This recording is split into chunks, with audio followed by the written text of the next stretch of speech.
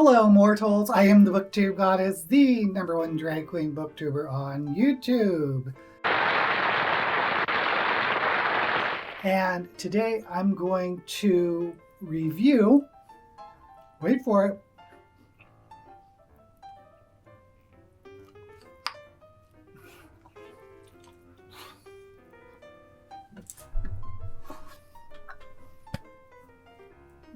what a terrible idea this was. Bubblegum by Adam Levin. Okay, the bubblegum's out of my mouth now. I'm going to review Bubblegum by Adam Levin, which I chose this month for Shelve It or Shove It. I don't know why, but for whatever reason, several people seemed interested about it in the comments. At least I got a fair amount of comments asking about Bubblegum. Well, I have now officially DNF'd it on my Kindle at about 15%, which doesn't sound like much, but the book is almost 800 pages, so I've read over 100 pages, and I think that's enough to find out whether or not this book is something that I could continue with. And ultimately the answer was no, I can't. Now, I got this in the science fiction section of Goodreads new releases. And, well, I can understand why you would say this is science fiction. This is more what I would call an experimental novel. It does not have a traditional plot. It's more of a stream of consciousness. And sometimes that works. Sometimes you get a James Joyce or a Virginia Woolf or a Jack Kerouac or David Foster Wallace. But sometimes you get literary masturbation. Say what? I hope you know what I mean. It just seems very self-indulgent and self-aware, if you know what I mean. I guess I should talk a little bit about the plot, or what I could gather from the plot from the very small portion of the novel that I read. The main character is called Belt Magnet. That's his name. He's 38 years old, and he has some type of psychological condition that makes him dependent on his father at the age of 38, where he doesn't even know how to use a bank. The novel opens with Belt when he's 14 years old, and there's a scene when he wakes up with an erection, as 14-year-old boys are wont to do, and then he looks for his cure. Now, am I crazy? If you read about a boy waking up with an erection, looks for a cure, I was thinking, is this a cure for his erection? And the cure is short for curio, which is a little biological creature that apparently everyone has and carries around with them. So I was thinking, where is this going to go? But it didn't go thankfully, where I thought it was heading. I got a bad feeling about this. But it was a weird start to the novel, and it kind of threw me. And the science fiction part of this novel is all about the curio, which I think is a metaphor for the smartphones.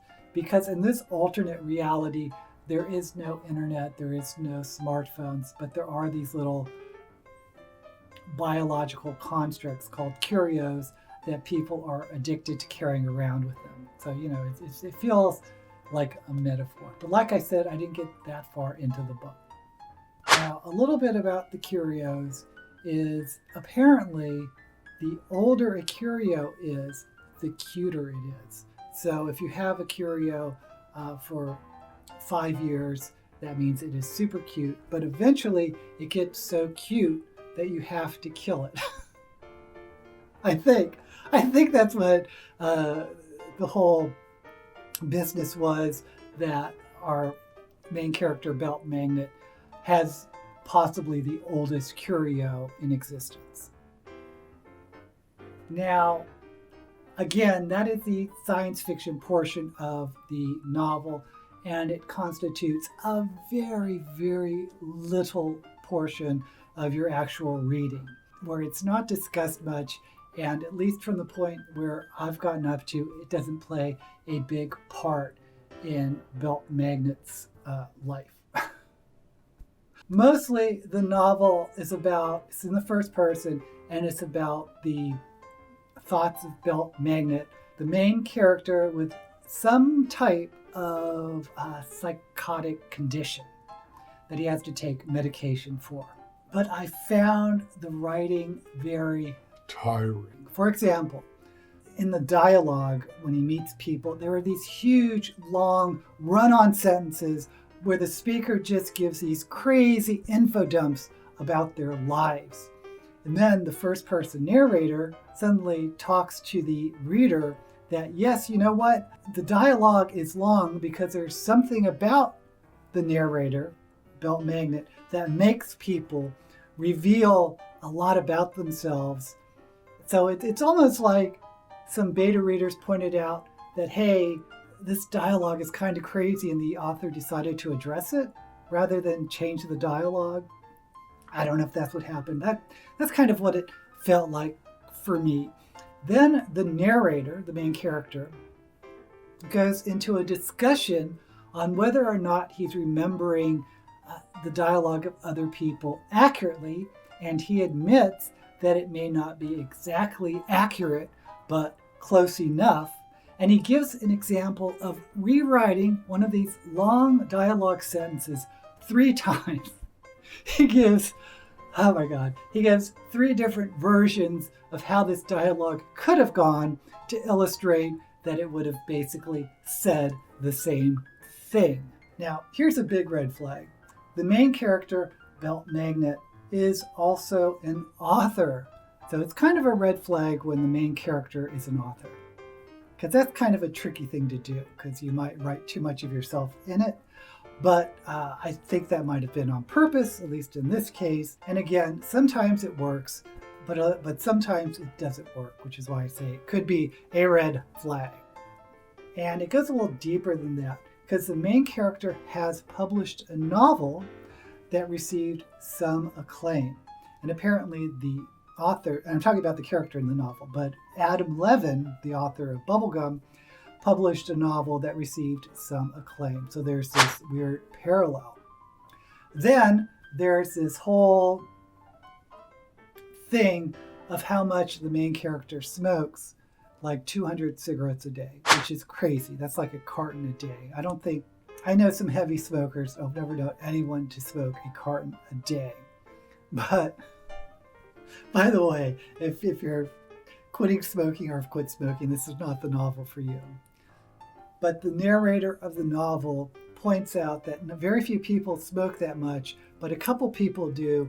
And one of the examples he gives is Adam Levin, the author of this other novel. So Adam Levin writes about a character who's an author who makes a reference to Adam Levin, the author of, you know what I mean? So there's kind of this meta situation going on that I didn't understand. I didn't get the point of. Now, I don't want to completely rag on this, because there's some stuff that is interesting, especially the relationship between the main character and his father, which is kind of twisted, but it's kind of intriguing, since the father has not only psychological leverage over his adult son, but also control over his finances. Sometimes I did find the prose intriguing, the run-on sentences, but then the run-on sentences just got, for me, too circuitous, and it got bogged down in strange details, like this very long passage about the flooring between the hallway carpet and the kitchen tiles. There's this little metal strip, and this little metal bar with screws in it, and one of the screws is loose, and someone walks heavily on the bar, and one of the screws pops out, and it just goes on, and and it just got too much. And by the way, I'm not sure why the novel is called Bubblegum, but there is a long meandering section about how bubblegum was probably invented by a scientist who was trying to make the flavor of gum last longer, and he inadvertently invented a gum that blows bubbles. So I assume this is going to relate to the Curios at some later point. But here's the main thing. I didn't like the main character. There was no real plot that I could detect, no real complication going forward. Again, sometimes that works, and maybe this is a literary masterpiece and I'm not seeing it.